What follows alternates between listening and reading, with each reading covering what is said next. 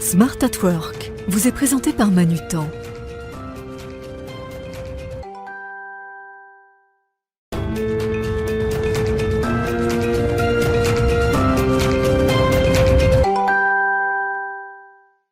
Bonjour à toutes et à tous, je suis ravie de vous retrouver sur Bismart pour cette émission spéciale de Smart at Work, une émission spéciale Start-up. Et oui, pour la 3e année, le groupe Manutan, spécialiste des équipements d'entreprise, relance son programme Move with Manutan, un dispositif qui offre à 3 startups du B2B un accompagnement pendant un an pour les aider dans leur développement.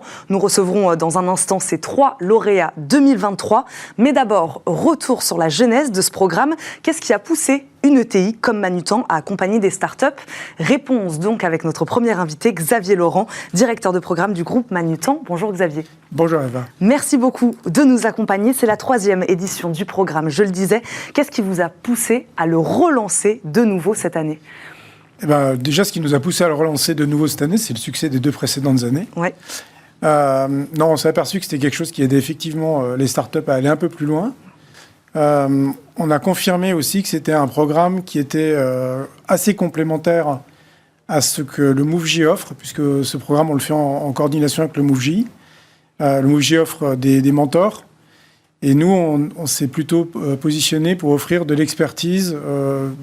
Je ne veux pas dire du coaching parce que ça répond à des définitions, mais vraiment de l'expertise et de l'aide pour les aider à passer une année de plus et en gros les emmener un peu plus loin que quand ils arrivent chez nous. On va reparler de cette expertise de Manutan justement sur ce sujet.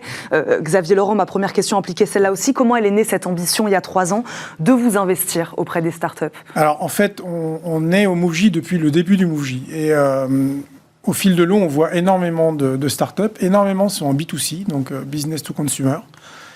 Et il y en avait quelques-unes qui étaient en B2B. Et nous, on est des experts du B2B. Et en fait, on s'est dit, c'est peut-être là qu'on peut vraiment aider. C'est à cet endroit-là qu'on peut aider. Et c'est pour ça qu'on a fait ce concours vraiment spécial pour les entreprises du B2B et pour leur amener notre expertise dans le B2B. Donc c'est vraiment complémentaire. Et c'est un moyen d'aller un petit peu plus loin ou d'amener autre chose que ce qu'amène le MoveJ. On va en parler de cet accompagnement et des lauréats évidemment de cette année. Vous, qu'est-ce que vous retenez des années précédentes ? D'ailleurs, est-ce que vous suivez encore ces précédentes startups lauréates ? Alors on les suit tout le temps. Ouais. On a d'ailleurs la dernière fois qu'on a fait, pour le kick-off de cette année, elles sont toutes venues pour présenter, et expliquer ce qu'elles avaient gagné. Donc oui, on les suit. On dit que c'est un programme d'une année. Mais en fait, on les voit très régulièrement, même ceux de la première année. La semaine dernière, j'avais le candidat dont je me suis occupé qui m'a rappelé en me disant ça fait un peu plus d'1 an, est-ce que je peux encore vous solliciter ? Et bien sûr, il vient chez nous, donc oui, on les suit au long terme. Ce que ça nous amène, au-delà de ce que ça leur amène à eux... Parce que vous aussi, vous avez à apprendre de ces startups. C'est vraiment, moi je trouve que c'est vraiment du gagnant-gagnant. Nous, on va leur amener notre expertise, des conseils, voilà. Eux, ils nous amènent énormément d'énergie. Ils nous font réfléchir aussi beaucoup à nos process. Quand on les voit, on s'aperçoit qu'on est finalement assez lent. Et qu'eux, ils ont des shortcuts ou des façons d'aller beaucoup plus vite que ce qu'on fait nous. Et ça nous réveille. Et puis aussi, on a appris par ces 3 ans que les sponsors, donc à chaque fois qu'une start-up vient chez nous, elle a 3 sponsors, donc 3 membres de la direction qui l'accompagnent pendant cette année. En fait, les sponsors maintenant aiment être sponsors, et quand il y en a un qui n'est pas nommé d'une année sur l'autre, il vient nous demander pourquoi. Et en fait, ça leur apporte un point de vue complètement différent au business, ça leur change de point de vue. Ça leur amène beaucoup d'idées. Et en fait, l'échange se passe vraiment dans les 2 sens. Donc, un accompagnement d'1 an, ça, on l'a bien compris. Du mentorat, vous le disiez, des sponsors. Voilà. Et expliquez-nous un peu, même si je sais que c'est aussi un accompagnement sur mesure, on va peut-être en reparler. Mais voilà, de manière générale, voilà, en quoi il consiste cet accompagnement d'1 an ? Alors, le MoveJ apporte du mentorat. Donc, le mentorat, c'est la même position, c'est-à-dire un dirigeant d'entreprise avec un dirigeant d'entreprise qui partagent leurs expériences. On n'est pas dans le coaching, c'est vraiment du mentorat. Donc ça, c'est le MoveJ. Et nous, à côté du MoveJ, ce qu'on s'est dit, c'est qu'on pourrait leur amener autre chose en plus de ce mentorat. Et c'est là qu'on s'est dit qu'on allait apporter de l'expertise. Donc ce qu'on leur apporte, c'est de dire, chaque fois que vous avez un problème, chaque fois que vous avez une marche à passer, on peut vous mettre face à un des managers, un des directeurs, un des responsables chez Manutan, qui va vous aider à passer cette marche-là. Ça peut être commercial, ça peut être dans les achats, ça peut être des conseils juridiques, ça peut être des conseils sur les relations. Oui, est-ce que vous avez un exemple concret, Xavier Laurent, d'une problématique qu'une start-up vous a amené ces trois dernières années? Oui, absolument. Donc, par exemple, Bisco l'année dernière. Donc, Bisco, il fabrique du textile à base de bichus de moule, qui a la vertu d'être un très bon isolant. Et c'est un ingénieur qui a monté cette entreprise-là, un vrai ingénieur. Et en fait, lui, son vrai sujet, c'était d'arriver à commercialiser ça. Et donc, il a passé énormément de temps avec Antoine Compin, qui est le patron de Manutan France, Jean-Christophe Gac, qui est le patron des achats pour Manutan, pour peaufiner son discours achat, pour savoir closer un deal. Et donc, il a pris des conseils auprès d'Antoine et il a été les tester auprès de Jean-Christophe. Donc, c'est très concret et adapté à leurs besoins, c'est Absolument. ça, c'est adapté à chaque fois à leurs besoins. Alors, c'est vraiment le point maintenant, et c'est fort de ces 2 dernières années, c'est-à-dire qu'on fait vraiment le bilan, où est-ce que vous en êtes, comment vous vous projetez dans un an, comment on va mesurer le fait que vous atteignez les objectifs que vous êtes donnés pour cette année, et on va suivre ça pendant toute l'année. Ces 3 lauréats, au début, ils n'étaient pas 3. Sur quels critères vous avez fait votre sélection? Comment vous les avez choisis? On va parler de ce 2023, mais c'est peut-être déjà le cas pour les années précédentes. C'est quoi les critères de sélection? Il y en a 3. Le premier, c'est la performance de l'entreprise qu'elle amène, son impact, la façon dont elle est menée, la façon dont elle est gérée. Donc ça, c'est très important pour nous. On a envie d'aider des gens pour lesquels on pense qu'ils ont beaucoup d'impact. Ensuite, il y en a un autre qui est... faut quand même qu'on soit connecté à nos valeurs. Parce qu'on aide quand même plus haut de ses amis que les gens avec qui on ne se comprend pas. Donc pour nous, c'est important qu'on ait des valeurs à peu près communes. Et la troisième, elle est... qu'est-ce qu'on va pouvoir leur apporter? C'est-à-dire que si on avait une start-up qui avait levé 1 million d'euros ou 10 millions d'euros, qui avait tout pour... ça ne sert à rien, on ne va pas l'aider. Donc c'est avec lesquels on aura le plus d'impact, nous, qu'est-ce qu'on va vraiment pouvoir leur apporter?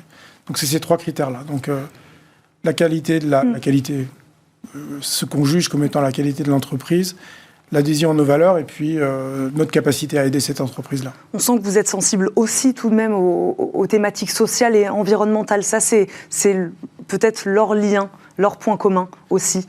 Oui, c'est vrai. C'est vrai que Manutan est très orienté sur l'impact social, sur l'impact qu'on peut avoir sur la planète. Ça fait partie des indicateurs qu'on suit en tant que groupe et même qu'on suit mensuellement et qu'on partage. Donc ça, c'est très important pour nous, l'inclusion.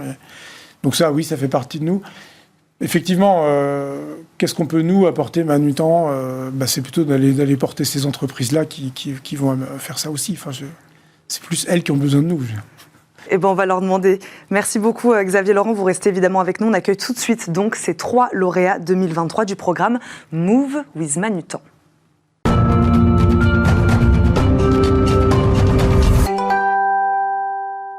De retour sur le plateau de Bismart pour cette émission spéciale Smart at Work dédiée à l'accompagnement des startups du B2B. Xavier Laurent, directeur du programme du groupe Manutan, est toujours avec nous, évidemment.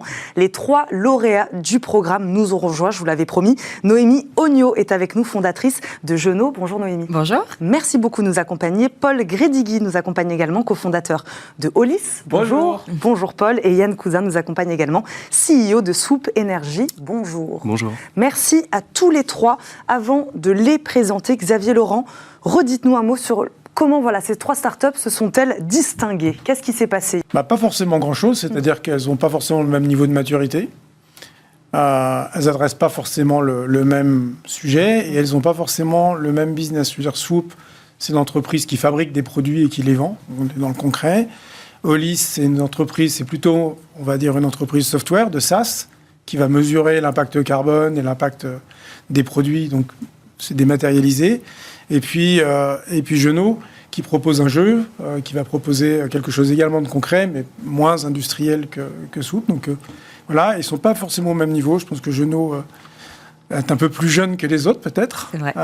Mais c'est peut-être ça d'ailleurs qui vous intéresse finalement. Mais voilà, absolument. La question n'est pas où est-ce qu'ils en sont aujourd'hui, c'est qu'est-ce qu'on va leur apporter pendant un an. Donc, Noémie Ogno, vous allez ouvrir le bal. C'est peut-être un exercice que vous connaissez d'ailleurs déjà, celui du pitch.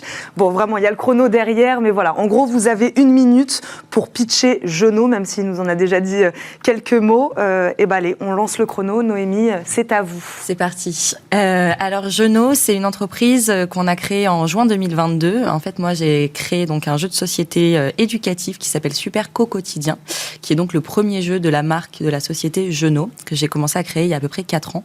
C'est donc un jeu de plateau, sans écran. L'objectif, c'est vraiment de développer l'autonomie quotidienne des enfants à la maison. Donc tout ce qu'on va apporter aux enfants au quotidien sur l'apprentissage, mais au sein d'un jeu. Et la particularité de Super Co-Quotidien, c'est que c'est un jeu qui est adapté à tous les enfants, sans exception. Même les enfants atteints de déficience intellectuelle, troubles cognitifs, retard d'apprentissage, troubles du spectre de l'autisme. Donc l'idée, c'est vraiment d'être un jeu inclusif qui s'adapte à tous les enfants pour apprendre en s'amusant. Et nous, on travaille principalement, évidemment, avec des familles et avec des structures spécialisées, que ce soit des IME, des CESAD, des associations, mais aussi des écoles, des crèches, des maternelles et des hôpitaux de jour, par exemple. Voilà, tous les endroits qui accueillent des enfants au quotidien. C'était très clair, Noémie. Pourquoi Merci. ce sujet, je me permets de vous relancer, oui. Pourquoi ce sujet de la pédagogie, et donc de la pédagogie, vous le disiez, adapté à ces enfants atteints de troubles aussi, vous touche, enfin voilà, comment c'est venu ça? En fait, moi j'ai fait un BTS Design Produit et c'était mon projet de fin d'études, donc je voulais créer un produit qui aiderait tous les enfants. Et donc, je me suis orientée dans la déficience intellectuelle et le trouble cognitif parce que je connaissais pas du tout le sujet, donc pour comprendre un peu comment évoluaient ces enfants, quels étaient leurs besoins au quotidien. Et j'ai découvert concrètement le manque d'autonomie quotidienne et aussi que aujourd'hui tous les enfants apprennent par le jeu, globalement sans exception, sauf que ces enfants-là, ils n'ont pas de jeu adapté à leurs problématiques quotidiennes. Donc forcément, ça crée des difficultés dans leurs apprentissages en supplément. Et donc, j'ai commencé à travailler sur Super Co-Quotidien à ce moment-là. Vous êtes entouré de qui pour travailler sur ce jeu-là, d'experts médicaux aussi? Tout à fait, ouais. Médicaux et pédagogiques. On ouais. a créé un conseil scientifique avec neuropédiatres, psychomotriciens, éducateurs, ergothérapeutes, psychologues, etc. Voilà. Xavier Laurent, qu'est-ce qui vous a séduit dans la solution et dans le jeu de Jeunot? Ce qu'a dit Noémie, c'est-à-dire que ça adresse un vrai problème pour lequel il n'y avait pas de solution. Ça correspond bien à ce qu'on veut faire. Nous, l'inclusion, c'est quelque chose qui est important. Alors, on n'a pas dans l'enfance pour nous, mais on a une filiale qui s'occupe de ça. Donc, on trouvait que c'était vraiment quelque chose qui manquait. Et puis c'est un marché qui n'est pas forcément facile. C'est pas le plus gros marché de la Terre. Donc, on s'est dit que là, on pouvait peut-être aider Noémie. On a une filiale qui est en connexion avec toutes les écoles, toutes les crèches. Et donc, on pense là aussi qu'il y a peut-être des choses à aller voir en commun. Donc, son projet nous a séduits et notre capacité à l'aider aussi. Noémie Ogno, qu'est-ce que vous attendez, vous, d'un accompagnement et d'un coup d'accélérateur comme celui de Manutan? Moi, je suis ravie parce qu'en effet, ils ont cette filiale qui m'intéresse évidemment énormément. Mais en plus de ça, ils ont eu une équipe qui est pluridisciplinaire avec des professionnels et des spécialistes dans plein de domaines que moi je suis pas spécialiste dans plein de domaines, donc je suis ravie d'avoir cet accompagnement, cette expertise-là et voilà, une prise de recul aussi, une vue d'ensemble sur tout le projet, sur la structure, sur notre manière de prospecter par exemple. C'est vraiment un détail, mais ils ont une vue d'ensemble super intéressante avec des professionnels hyper compétents, donc voilà. Vous en êtes à quel stade de votre développement actuellement? Nous, fin novembre, ça sera les 1 an du lancement de la commercialisation. Ouais. Donc ça va être notre premier Noël officiel, on va dire, cette année. Donc il y a encore plein de choses à apprendre. C'était notre première année d'exercice, donc tout est à faire encore. Joyeux 1 an, et maintenant vous avez 1 an d'accompagnement avec Manutan. Et oui. Yann Cousin, même exercice. Vous allez nous expliquer en 1 minute l'activité de Swoop Énergie. On lance le chrono, c'est quand vous voulez, Yann. Très bien, allons-y. Alors, vous connaissez tous les groupes électrogènes polluants et bruyants qui sont indispensables dans le BTP, dans la production audiovisuelle, dans l'événementiel, ou encore quand on a des coupures de courant sur le réseau électrique. Eh bien, chez Swoop Énergie, on a créé une alternative écologique et totalement silencieuse à ce produit, en utilisant des batteries qui vont servir à stocker l'électricité en amont et ensuite la redistribuer sur le site d'utilisation. Alors nous, notre grosse différence chez Swoop, c'est qu'on n'utilise pas des batteries neuves, mais on utilise des batteries de seconde vie qui proviennent de voitures électriques. Alors en fait, ce qu'il faut savoir, c'est que ces batteries de voitures électriques, quand elles ont achevé leur vie dans le véhicule et qu'elles partent en recyclage, elles ont encore au minimum 80% de leur capacité de stockage initiale. Ce qui veut dire qu'elles peuvent encore connaître une seconde vie qui est assez longue. Nous, on les réemploie, on leur donne une seconde vie qui peut aller de 5 à 15 ans en fonction des applications. Donc grâce à ces batteries haut de gamme, finalement, on peut proposer à nos clients un produit qui est à la fois haute performance, mais aussi qui a un bilan carbone très faible, celui quasiment le plus faible du marché sur ces solutions-là. L'idée pour Swoop, c'est d'apporter à ses clients la capacité d'avoir une électricité bas carbone et silencieuse où et quand ils le souhaitent, et justement vraiment pouvoir s'engager concrètement dans leur transition énergétique. Qui sont vos clients? Je me permets de rebondir. Je crois qu'en plus, vous avez respecté parfaitement le chrono. Yann, c'est qui vos clients aujourd'hui? Alors, nos principaux clients, nous, c'est des secteurs d'activité qui vont utiliser les groupes électrogènes de façon quotidienne. Donc, il y a le secteur du BTP, la production du visuel, l'événementiel. On a d'autres secteurs qui ont des fréquences d'utilisation qui sont importantes aussi, mais qui sont des plus petits marchés, par exemple comme les food trucks, les véhicules magasins. On peut aussi chercher à toucher tout ce qui est collectivité, service public. Il y a aussi ce qu'on appelle les situations de crise. Donc une situation de crise, c'est quoi pour nous? C'est une situation où en fait, le réseau électrique est hors service, parce qu'il a été touché, parce qu'il se trouve dans une zone de guerre, par exemple, ou une zone qui a subi un incident climatique. Donc voilà, on a un peu tout ce spectre-là de cas d'usage potentiel. Et comment ça vous est venu de récupérer les moteurs des véhicules électriques? Alors, c'est venu d'où, ça? En fait, ça vient... Enfin, si on reprend l'idée vraiment vraiment la genèse du projet, en fait, ça vient d'un voyage en Australie que j'ai fait avec un ami en 2019. Et en fait, on a été pris dans les feux de forêt en Australie. Et donc, le réseau électrique était hors service. Et il n'y avait pas d'autre solution que faire marcher des groupes électrogènes polluants pour avoir de l'électricité. Et donc voilà, ça nous a un peu interpellés. On trouvait ça un peu paradoxal dans une situation qui est justement engendrée par les émissions de CO2 de continuer à en rajouter. Et je suis passionné d'automobile et je m'intéresse beaucoup aux énergies renouvelables. Et en fait, en rentrant en France, j'ai fait le constat qu'on pouvait réutiliser les batteries de véhicules électriques. Donc pourquoi pas justement lier ces deux choses-là et créer un produit qui puisse les remplacer. Puis en plus, la conjoncture, de plus en plus de véhicules électriques vous promet quand même un avenir. Sur quels aspects, vous avez besoin de Manutan aujourd'hui? Alors je pense sur plein d'aspects différents, parce que finalement Manutan nous met à disposition une palette de compétences et d'expertise qui est vraiment très large. Nous par exemple, je parlais des collectivités tout à l'heure, pour prendre un exemple concret, Manutan a un département collectivité, il peut nous accompagner là-dessus. Comment justement on va s'adresser à nos clients en fonction des cibles, en fonction de leur nature. Ça peut être, nous on est en train de vraiment détailler, de refaire dans le détail notre stratégie commerciale, comment on va structurer la force de vente. Ça par exemple c'est des sujets qu'on peut évoquer avec eux, des sujets très concrets. Donc il y a plein de choses, je pense vraiment une palette assez large où on peut justement venir solliciter leur expertise et leur aide. Ça, Xavier Laurent, comment vous échangez en amont, puisque vous êtes déjà un peu au courant de leurs besoins, de leur stade de développement, c'est ce que vous disiez tout à l'heure, comme ça vous savez que vous pouvez les aider à terme. Vous échangez aussi après, il y a des choses que vous avez découvertes après aussi sur une entreprise comme Soup Énergie. Voilà, comment se passent les échanges avec ces jeunes entrepreneurs sur leurs besoins? Alors l'idée c'est que chacun des jeunes entrepreneurs, jeunes ou... On est tous très jeunes, jeunes ou moins jeunes, ont trois sponsors chez nous. Et la première chose qu'on fait avec les startups, c'est de faire un bilan. Où est-ce que vous en êtes? Et qu'est-ce que vous attendez de cette année? Qu'est-ce que vous attendez de nous? Et du coup, ça nous donne le projet. Franchement, c'est ça. Vous êtes là et vous allez là. C'est pour ça qu'on peut prendre des entreprises de n'importe quelle taille. Parce que finalement, la question, c'est pas d'arriver au même endroit, c'est d'arriver à l'endroit qu'eux ont décidé. Et pour Swoop... nous, ça nous touche particulièrement parce qu'on a racheté il y a 2 ans une entreprise dont l'objectif c'est de faire du reconditionnement de matériel électronique, informatique, parce qu'on trouvait que c'était idiot de jeter des produits qui pouvaient encore fonctionner, qu'on pouvait réinjecter dans le marché. Donc on propose à nos clients de récupérer leur matériel électronique pour pouvoir leur donner une seconde vie. Et on trouvait que c'était exactement la même démarche avec les batteries. Donc ça nous touche beaucoup. Et donc, donc on l'a mis en relation. D'ailleurs, un des sponsors, c'est Pierre-Emmanuel, qui est le patron de cette start-up qu'on a rachetée. Parce que je pense qu'ils ont des choses à co-construire ensemble. C'est là aussi où on parlait tout à l'heure d'échanges. Ouais. On a aussi pas mal de choses à apprendre dessous, je pense. Je rebondis sur ce que vous disiez. C'est pas difficile, justement, le fait qu'ils soient tous à des stades de développement différents. Vous, ça vous fait pas peur Non, parce que le programme n'est pas un programme qui est décidé à l'avance, c'est un programme qu'on décide avec chacune des startups. Où est-ce que vous en êtes? Où est-ce que vous voyez dans un an? Et ça nous donne les projets. D'ailleurs, c'est un truc intéressant, c'est que quand on leur demande de quoi vous avez besoin, au départ, ils ont besoin de rien, parce qu'ils font tout seuls. Et puis, au fur et à mesure, ça permet justement de dire « Ah ouais, ça je l'oublie, ça, je sais pas faire ». Et ça crée le programme, en fait, pour l'année et pour la start-up. Oui, les besoins s'affinent, au fur et à mesure, peut-être, de l'accompagnement. Poser la question de quoi tu as besoin, quels sont tes bloqueurs en ce moment. Ça ouvre des questions qui ne s'étaient même pas encore posées, en fait, finalement. Paul Grédigui, vous n'allez pas y échapper. Ouais. Vous avez, vous aussi, 1 minute pour nous présenter votre solution, la solution Olis. On va lancer le chrono, c'est parti, Paul. Ouais, donc chaque année, les marques mettent sur le marché 50 millions de nouveaux produits qui représentent 60% des impacts environnementaux mondiaux. Ça peut être des chaussures, des t-shirts ou n'importe quoi. Et donc, pour pallier ce problème-là, la France et l'Europe ont rendu obligatoire l'analyse de cycle de vie. L'analyse de cycle de vie, c'est une méthode qui permet de quantifier l'ensemble des impacts environnementaux sur toute la chaîne logistique, donc en partant des matières premières et en allant jusqu'à la fin de vie.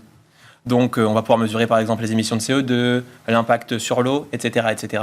Mais malheureusement, cette méthodologie est encore très coûteuse et chronophage. Donc, je m'appelle Paul et avec mon associé Martin, on a décidé de créer Olis, une plateforme qui permet de rendre ces analyses beaucoup plus simples pour les entreprises. Donc, on leur permet de quantifier, s'améliorer et communiquer les performances sociales et environnementales de leurs produits en toute autonomie. Et on le permet grâce à des outils d'intelligence artificielle et une interface didactique. Donc, depuis notre création, avec Olis, on a déjà mesuré l'impact environnemental de milliers de produits et on a en moyenne une réduction de l'impact de l'ordre de 20%. Et donc, avec Olis, on s'engage pour des produits plus responsables et un futur plus durable. C'était très clair, merci beaucoup. Qu'est-ce qui vous différencie alors des concurrents sur ce segment-là de l'impact, calcul de l'impact carbone des produits? Vous disiez que vous utilisiez l'intelligence artificielle. Ouais. C'est peut-être ça aussi, et ça rend la solution donc plus simple, plus accessible. Voilà. Ouais. Qu'est-ce qui vous différencie aujourd'hui? Parce qu'il y a pas mal de startups aussi qui sont sur ce créneau-là. Je pense qu'il y a deux acteurs dans le marché. Il y a les acteurs historiques avec des logiciels comme Cimapro ou OpenLCA qui sont des logiciels experts. Et donc là, la vraie différence, c'est surtout l'ergonomie de la plateforme et la capacité à la rendre accessible. On peut voir le marché des PME, souvent ils n'ont pas d'experts spécialisés en ACV. Et donc faire passer de la formation de plusieurs mois à quelques heures, ça leur permet de prendre en main les sujets. Après, il y a un deuxième segment de marché avec des plateformes donc, là, qui sont dans le même air que nous, donc un air un peu plus moderne. Et là, l'élément de différenciation, c'est que nous, on est capable de faire des analyses simples pour aller très rapidement, donc en se connectant avec des outils internes comme des PLM ou des ERP. Mais aussi qu'on est capable de faire des analyses très complexes. À ce titre-là, on a déjà modélisé des centres de tri des déchets, des analyses qui ont fait l'objet de revues critiques. Donc on a cette flexibilité-là qui permet en fait aux marques d'anticiper les réglementations futures et pas d'être bridées par ce qui est obligatoire à l'heure actuelle. Des exemples d'entreprises avec lesquelles vous travaillez ou des secteurs en tout cas peut-être un peu plus représentés parmi vos clients? Non, je peux donner quelques secteurs. Il y a des entreprises, je ne peux pas dire, mais en tout cas, je vais donner un exemple qui était assez marquant parce que c'était un de nos premiers projets. C'était avec Dantec. Donc c'était une PME industrielle qui a par exemple fait le lave-vaisselle Bob, donc qui est un petit lave-vaisselle qui est mis dans les qui a pour destination les étudiants. Et donc avec eux, on a pu mesurer l'impact de ce produit-là et aussi faire l'éco-conception sur leur nouvelle gamme de produits pour pouvoir anticiper en fait les réductions à venir et avoir le produit le plus éco-responsable possible. Oui, parce qu'on ne leur donne pas finalement juste le résultat en leur disant voilà, l'impact carbone de vos produits, il est là, peut-être que le problème il vient de là. Ouais. Vous les accompagnez aussi. Oui, en fait, il y a les deux. On ne mesure pas que l'impact carbone, on mesure tous les impacts environnementaux. Et l'idée, c'est vrai que je résume un peu vite quand je dis impact carbone, c'est pas forcément vrai. C'est un peu plus large parce qu'il y a des compromis à trouver et les scores environnementaux maintenant commencent à être plus globaux. Donc pour des acteurs un peu industriels comme ça, l'idée c'est s'ils font l'analyse en amont, en fait ils peuvent anticiper les changements avant la mise en production. Parce que ce qui est arrivé souvent, c'est quand ils passaient par un cabinet d'experts, la production était déjà terminée, la commercialisation était déjà quasiment finie, et on leur dit, une fois que le produit est vendu, eh bien, il faudrait améliorer la performance thermique du four. Mais une fois que toute la R&D a été faite et que le produit est déjà sur le marché, c'est trop tard. Donc l'idée de pouvoir le faire en amont, c'est qu'on évite d'avoir des préjugés. Et après, il y a aussi un autre marché sur lequel on travaille beaucoup, mais là, ça va plutôt être de l'automatisation et la connexion avec les outils internes. Donc c'est plutôt le marché textile où il y a des réglementations françaises, donc avec la loi AGEC, l'information du consommateur, où là, l'idée, c'est vraiment de bien se connecter avec les systèmes SI pour calculer en masse toutes leurs références, identifier les hotspots dans leur collection, et après, trouver les leviers d'amélioration possibles et voir avec les fournisseurs comment on peut améliorer le catalogue au fur et à mesure. Donc vous avez l'air de savoir où vous avez l'air de bien connaître vos technologies. Qu'est-ce que Manutan peut vous apporter avec cet accompagnement d'un an, vous? Ouais, il y a deux choses. Nous, on est aussi assez jeunes, on a 1 an d'existence. Donc là, vraiment, on est en phase où on veut recruter des nouveaux collaborateurs, on veut accélérer un peu notre déploiement commercial, puisque la solution est assez robuste et on a traité beaucoup de cas d'usage. Donc avoir une expertise d'une entreprise comme Manutan sur l'aspect commercial, l'aspect de négociation de contrat, et même les aspects juridiques et RH, c'est vraiment génial pour nous, parce que ce n'est pas forcément une compétence sur lesquelles on est très rodé à l'heure actuelle. Et aussi, un autre point qui est crucial pour nous, c'est que pour mesurer efficacement l'impact environnemental des produits, on doit parler avec tous les fournisseurs dans la supply chain. Et donc, en fait, Manutan a l'habitude de parler avec des fournisseurs très variés. Et donc, ça nous permet de savoir quel langage il faut adapter, comment parler aux fournisseurs pour créer une bonne relation avec eux. Parce que si les fournisseurs ne veulent pas répondre lors de la collecte de données, ça retarde les calculs des performances environnementales des produits. Bon, vous savez quoi faire avec eux alors, Xavier? Oui, c'est assez clair. Franchement, c'est un sujet qui nous séduit. Nous, on distribue 1 million de produits. Donc, on a besoin d'avoir ce score sur 1 million de produits. Et, comme tu l'as dit, on a plusieurs milliers de fournisseurs répartis absolument partout sur le monde, avec chacun ses lois. Et c'est un vrai sujet très très complexe pour nous. Donc on pense qu'ils adressent le bon marché. Ça va être quelque chose de déterminant dans le futur pour notre métier à nous, mais je pense pour n'importe qui doit acheter des produits ou qui doit en vendre. Donc on pense qu'ils sont vraiment sur le bon marché. Ils vont extrêmement vite. Ça fait 1 an, mais leur plateforme, elle est incroyable. L'ergonomie, c'est vraiment quelque chose qui va permettre d'accélérer cette analyse-là de manière impressionnante. Et nous, on croit ça parce que la moyenne d'un ACV, c'est 6 mois, je crois, ou dans ces eaux-là. Nous, on a 1 million de produits. Donc si on fait 1 million fois 6 mois, soit on met beaucoup de monde sur la table, soit on va jamais y arriver. Donc on a besoin de startups qui arrivent à trouver des moyens d'aller beaucoup plus vite. Voilà, et ils vont très vite. Donc ils ont besoin qu'on les aide effectivement sur toutes ces tâches un peu administratives, un peu d'organisation, un peu de structuration de l'entreprise. Je pense que c'est là-dessus qu'on va travailler avec eux.